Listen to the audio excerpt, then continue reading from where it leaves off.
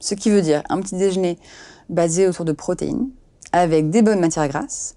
Si on veut des féculents, genre du pain, des pommes de terre, des flocons d'avoine, on peut, mais ils doivent être là en accompagnement. Ça ne peut pas être... les féculents ne peuvent pas être le personnage principal du petit déjeuner. Et enfin, au petit déjeuner, rien de sucré, sauf si on veut vraiment quelque chose de sucré, des fruits entiers. J'étais très surprise quand j'ai découvert ces études, parce que c'est vrai que c'est assez surprenant de se dire que le vinaigre a un impact bénéfique sur le glucose. On se dit mais pourquoi? En même temps, le vinaigre, c'est là depuis super longtemps, donc il doit avoir une raison. Le vinaigre contient une molécule qui s'appelle l'acide acétique. Et l'acide acétique, c'est une de mes molécules préférées. Le petit déjeuner contrôle le reste de la journée.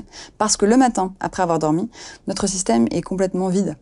Donc, la chose que tu vas manger, elle va arriver très rapidement dans ton sang. Okay, on est très sensible le matin. Donc, le pic de glucose au petit déjeuner va déclencher les montagnes russes pendant toute la journée. Alors, je pense qu'il faut rappeler quand même qu'il y a une théorie scientifique et puis il y a la mise en pratique. Tu n'es pas obligé de séparer ton assiette complètement, mais juste garde en tête que les légumes en premier, c'est extrêmement important. Alors, pourquoi c'est important? Pourquoi ça marche? Parce que les légumes contiennent des fibres. Il faut éviter d'en manger des quantités. Voilà, manger à 4 heures une banane, c'est pas... Je pense que c'est toujours OK de manger un fruit entier, même s'il est seul. Mais la banane à 4 heures, ce que tu peux faire, c'est ajouter ce que j'appelle des vêtements. Ajouter des vêtements, en fait, sur les sucres pour réduire leur pic. Par exemple, tu manges la banane avec 3 amandes, avec un bout de fromage, ça va réduire le pic. Le conseil, c'est...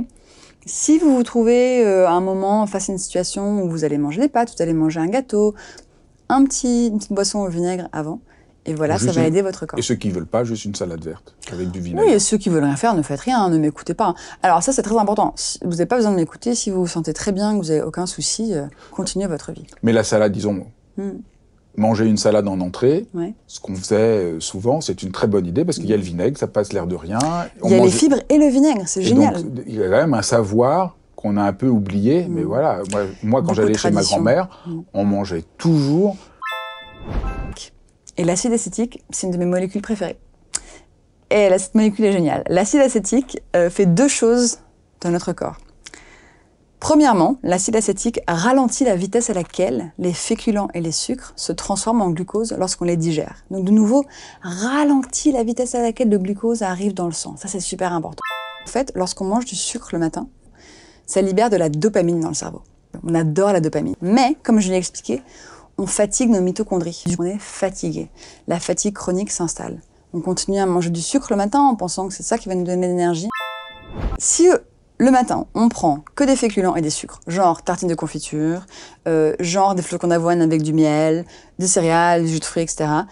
Ce qui se passe, c'est qu'on crée un gros pic de glucose le matin. Tous ces conseils, il faut les faire quand c'est facile, quand on a envie.